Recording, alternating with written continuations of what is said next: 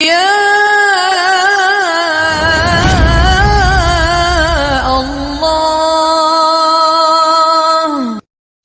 علیہ السلام کے انتقال کے بعد آپ کا جو سسرالی خاندان ہے جرہم، وہ مکے کا حکمران بنا. انہوں نے کوئی 2000 سال حکومت کی. پھر ان کے ظلم و ستم پر بنو خزاعہ نے ان کو نکالا اور وہاں اپنی حکومت قائم کی.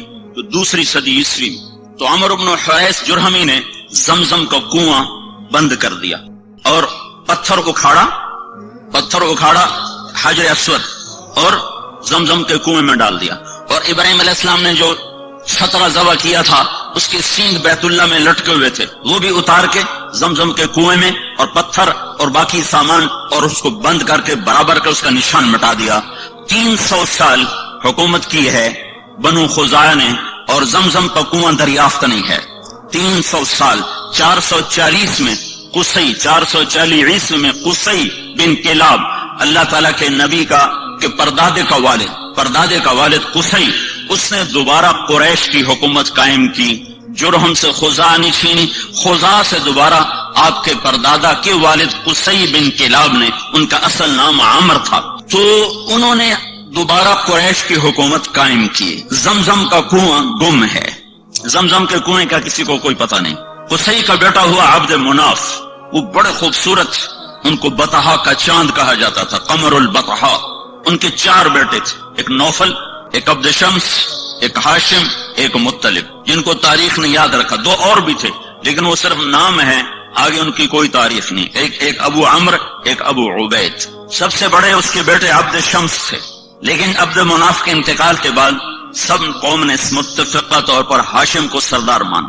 ہاشم سردار بنے، ہمارے نبی کے پردادا. ہاشم کی سرداری میں ملک شام کے سفر پر ہیں، انہوں نے مدینہ میں شادی کی، بنو نجار میں، اور خود وہ چلے گئے آگے تجارت کے لیے شام. غزہ میں پہنچ کر ان کا انتقال ہو گیا. پیچھے اس عورت سے ایک لڑکا پیدا ہوا، اس لڑکے کے بال سفید تھے تو ماں نے اس کا نام شیبہ رکھا. قریش کی سرداری مطلب کو ملی، مطلب ہاشم کے بھائی مطلب، ان کو سرداری ملی.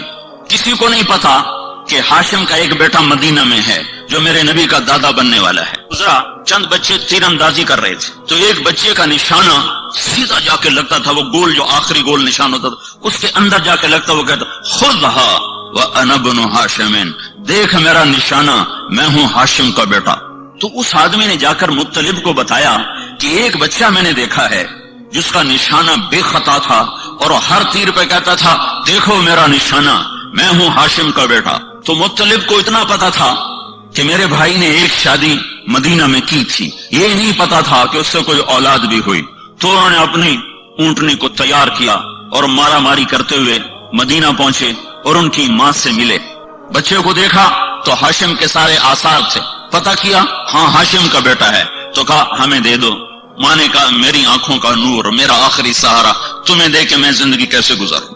کیسے دے دو، اس سے میں قریش کا سردار بناؤں، یہ بڑی شان والا ہوگا، تیرا ہی نام زندہ ہوگا. تو سرداری پر ماں نے بچے کے حوالے کر دی. اب یہ بچے کو لے کر مکہ میں داخل ہو رہے ہیں، بچے کے کپڑے میلے ہو چکے ہیں، تو لوگ کہتے ہیں عبد المطلب، مطلب تیرا غلام ہے، نام اس بچے کا شیبہ ہے اور آگے چل کے اسی نام سے یہ مشہور ہونے والا ہے. لوگوں کی زبان سے نکلا عبد المطلب، مطلب تیرا غلام ہے. تو آگے انہوں نے کہا ہاں ہاں ہاں ہاں، بس اتنا کہتے گئے ہاں ہاں، یہ نہیں بتایا کہ میرا بھتیجا ہے، اور ان کی بات کا انکار بھی نہیں کیا. پھر ان کو گھر لے گئے، ان کو نہلا کر دھلا کر اچھے کپڑے پہنا کر پھر دارالندوہ میں لائے، جہاں یہ شرط تھی کہ اس میٹنگ میں صرف 40 سال کی عمر کو ٹچ کرنے والا اس میں داخل ہو سکتا تھا، اس سے نیچے والا اس مجلس میں بیٹھ نہیں سکتا تھا. تو اپنے بھتیجے کو لائے، کہا ابن ہاشم، یہ ہے ہاشم کا بیٹا. لیکن تاریخ نے ان کو عبد المطلب سے محفوظ کر لیا اور ان کا اپنا نام مٹ گیا اور وہ عبد المطلب کے نام سے مشہور ہو گئے. مطلب کی وفات کے بعد سرداری عبد المطلب کو ملتی ہے تو یہ خواب دیکھتے ہیں کہ برکت والا پانی تلاش کرو، برکت والا پانی نکالو. پھر دوسرے دن خواب دیکھتے ہیں برکت والا پانی نکالو. پھر تیسرے دن خواب دیکھتے ہیں برکت والا پانی نکالو. تو تیسرے دن یہ کہتے ہیں وہ پانی کدھر ہے، پانی کہاں ہے؟ تو آواز آتی ہے کل تم حرم میں بیٹھنا، ایک کوا آئے گا، جہاں وہ 3 دفعہ ٹھونگ مارے وہاں وہ پانی ہوگا. تو عبد المطلب صبح جا کے حرم میں بیٹھ گئے دارالندوہ ملتزم کے ساتھ۔ ایک کوا آیا جہاں زمزم کنواں، وہاں کے بیٹھا، ایک ٹھونگ ماری، پھر دوسری ماری، پھر تیسری ماری، پھر وہ اڑ گیا۔ تو عبد المطلب کا ایک بیٹا ہے اس وقت حارث، انہوں نے قریش کو جمع کیا، کہا یہاں وہ مبارک پانی ہے، میری مدد کرو ہم نکالیں۔ میں کہا کوئی نہیں، ایسے ہی سر پھوڑنا، پتھروں سے لڑنا کوئی آسان کام ہے؟ کچھ نہیں ہے۔ اس نے سب کی منتیں کی، کوئی نہیں مانا۔ تو دونوں باپ بیٹا مل کر کھودنے لگے، کھودنے میں آئی دقت، تو عبد المطلب کہنے لگے وہ بھی کوئی آدمی ہے جس کی اولاد نہ ہو۔ اس کو فخر سمجھا جاتا تھا، اولاد کی کثرت کو فخر سمجھا جاتا تھا، اور یہ آج بھی فخر ہے۔ یہ مغرب کی اندھی تہذیب نے کم بچے خوشحال گھرانہ، یہ بڑا عذاب ہے، بڑا عذاب ہے، بڑا عذاب ہے۔ جاؤ دیکھو، وہ دیکھ رہے ہیں ان کی نسل ختم ہو رہی ہے اور مائنس میں جا رہی ہے، مائنس میں جا رہی ہے۔ اللہ کی تقدیر سے لڑنا اپنا ماتھا پھوڑنے والی بات ہے۔ تو وہ کہنے لگے آج قریش میرا ساتھ نہیں دے رہے، اگر اللہ نے مجھے 10 بیٹے دیے اور 10 کے 10 جوان ہو گئے تو میں ایک کو اللہ کے نام پہ ذبح کر دوں گا۔ یہ منت مانی اس تنگی کو دے کر کہ کوئی ساتھ دینے والا نہیں ہے۔ تو کرتے کرتے کرتے کنویں کے آثار ظاہر ہو گئے اور اس میں سے سامان نکلنا شروع ہو گیا۔ وہ حجر اسود نکل آیا اور وہ سینگ نکل آئے، تو سارے قریش آ گئے۔ عبد المطلب ہمیں کنویں میں حصے دار بناؤ، کہ سب دفع ہو جاؤ، کسی کا کوئی حصہ نہیں، اب یہ صرف میرا ہے اور میری اولاد کا ہے۔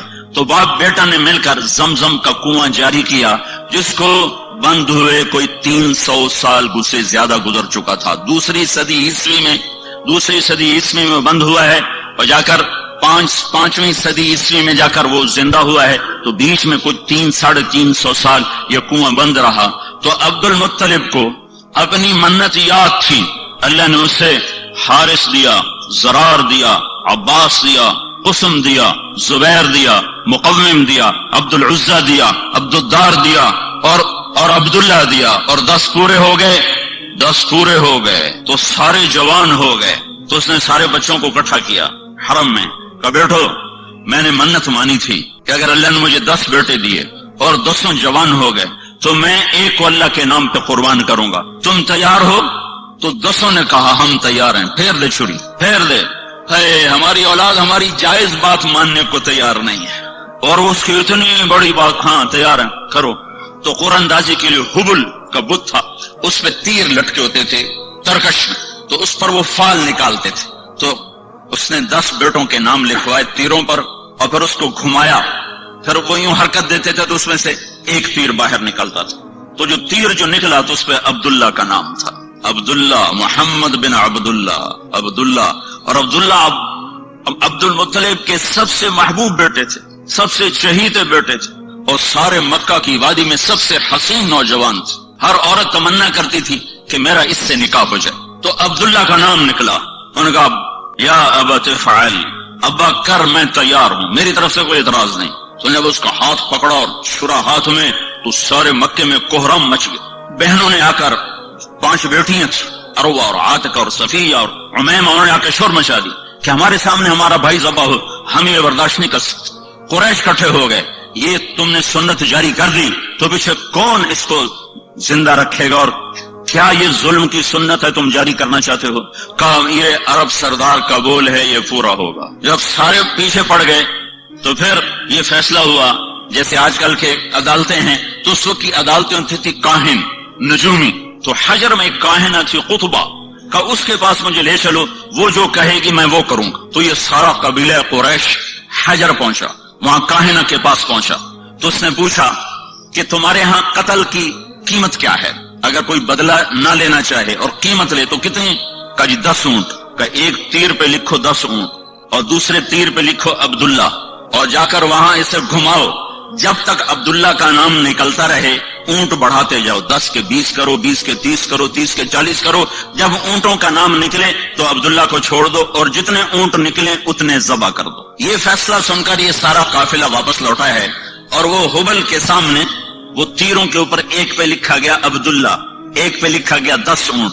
جب گھمایا تیر باہر نکلا عبداللہ تو 20 ہو گئے، پھر گھمایا پھر نکلا عبداللہ تو 30 ہو گئے، پھر گھمایا پھر نکلا عبداللہ تو 40 ہو گئے، پھر گھمایا عبداللہ 50 ہو گئے، پھر نکالا عبداللہ تو 60 ہو گئے، پھر نکالا عبداللہ 70 ہو گئے، پھر نکالا عبداللہ 80 ہو گئے، پھر نکالا عبداللہ 90 ہو گئے، پھر نکالا عبداللہ 100 ہو گئے، پھر نکالا تو اونٹ نکلے 100 اونٹ. تو سارے قریش نے کہا الحمدللہ بس ٹھیک ہے 100 اونٹ. عبد المطلب نے کہا نہیں نہیں نہیں نہیں، ایک دفعہ اور کرو. دوبارہ کیا تو پھر 100 اونٹ. پھر انہوں نے کہا نہیں نہیں ایک دفعہ اور کرو.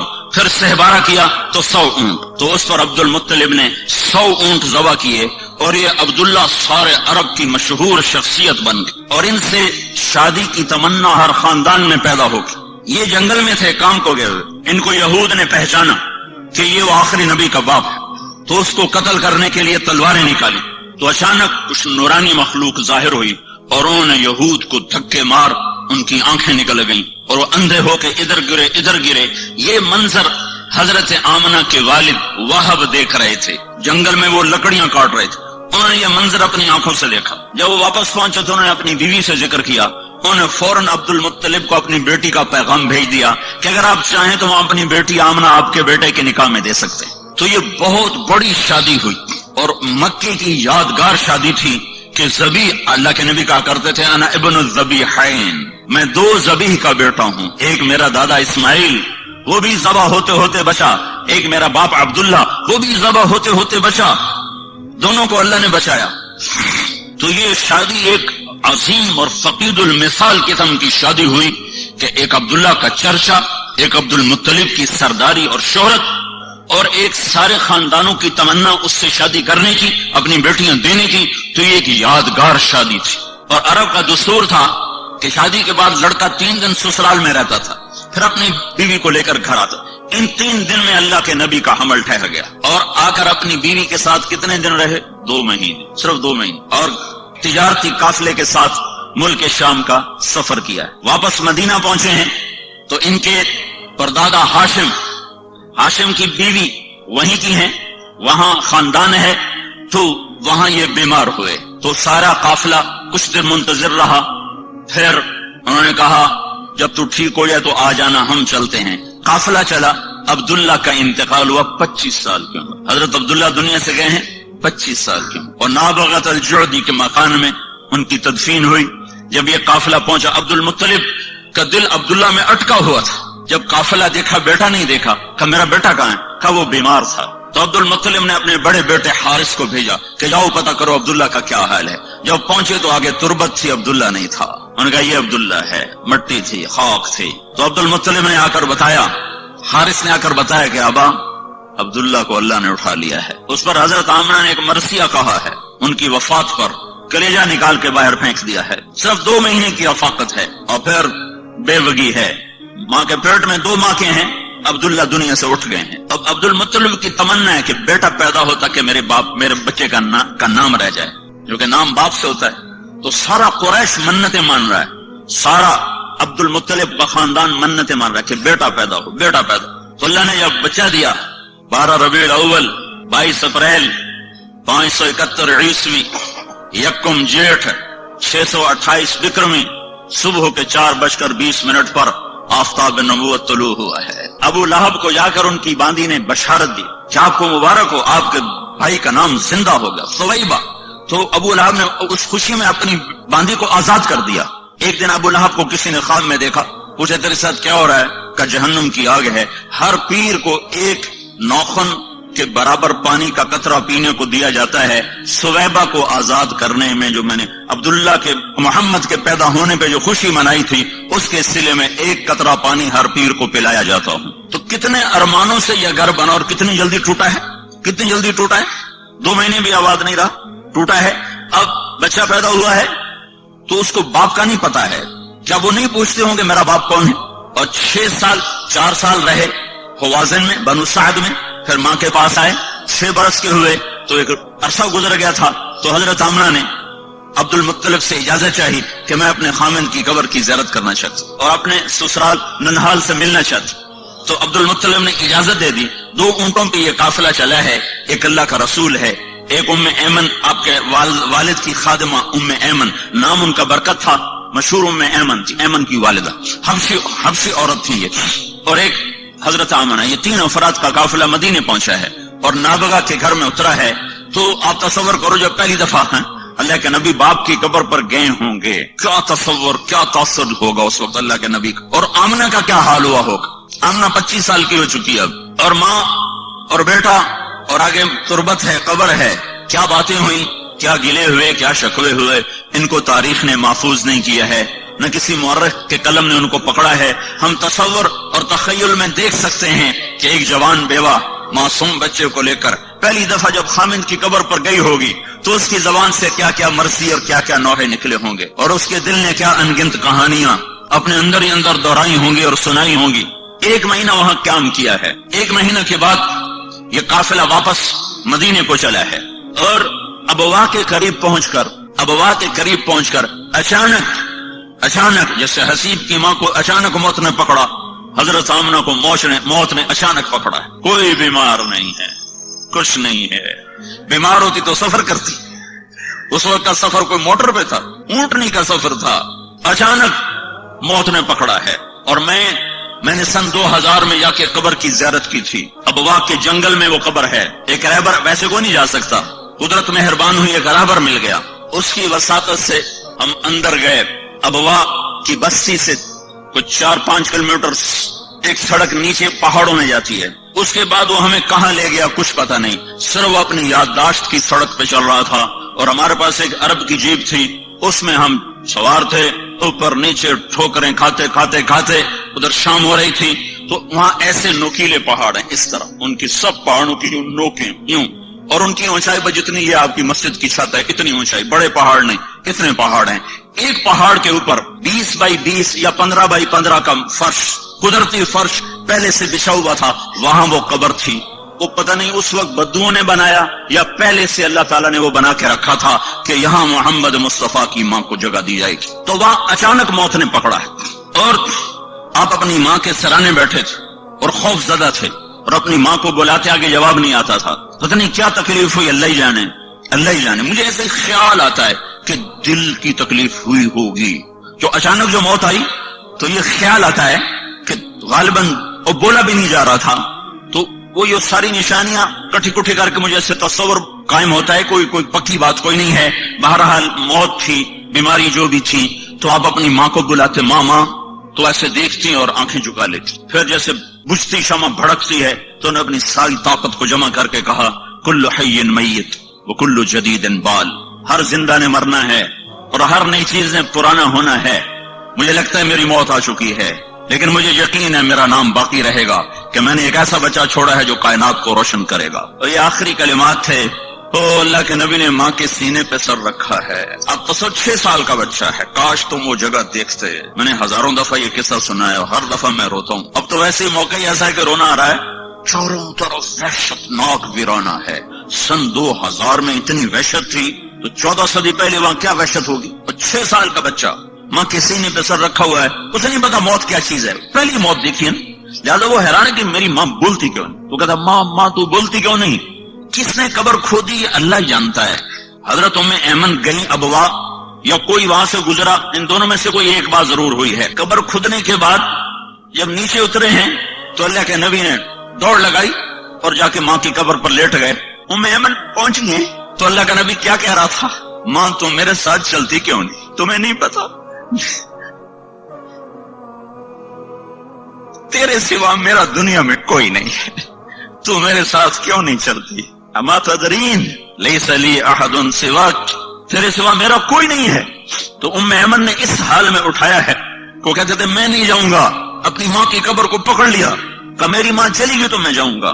6 برس، حسیب تو 22 برس کا نوجوان ہے، میرا نبی تو صرف 6 سال کا تھا، اس کے تو کوئی کاروبار نہیں تھے، اس کی تو کوئی جائیداد نہیں تھی، آگے یتیمی کا کالا اندھیرا چھایا ہوا ہے، مکے تک کچھ نہیں کھایا پیا، 2 راتیں 2 دن کا سفر باقی ہے، کچھ نہیں کھایا پیا، اور وہاں جا کے بھی کھانا پینا چھوڑ دیا، سارا دن کچھ نہیں کھاتے تھے، زمزم کے چند گھونٹ پی لیتے تھے اور الگ چپ کر کے بیٹھے رہتے تھے۔ 6 سال کے بچے کو نہ ماں ملے نہ باپ ملے، اس کی کیا زندگی ہوگی؟ ہو کون والضحى واللیل اذا سجا، مجھے قسم ہے تیرے روشن چہرے کی، مجھے قسم ہے تیری سیاہ زلفوں کی، جس کے چہرے کی قسمیں اٹھائے، جس کی زلفوں کی قسمیں اٹھائے، جس کے بول کی قسم اٹھائے وقیلہ یا رب ان ہؤلاء قوم لا یؤمنون، جس کے وجود کی قسم اٹھائے لعمرک مجھے تیری جان کی قسم، جس کے شہر کی قسمیں اٹھائے، جس کو حبیب اللہ کا ٹائٹل دے، رحمت للعالمین کا خطاب دے،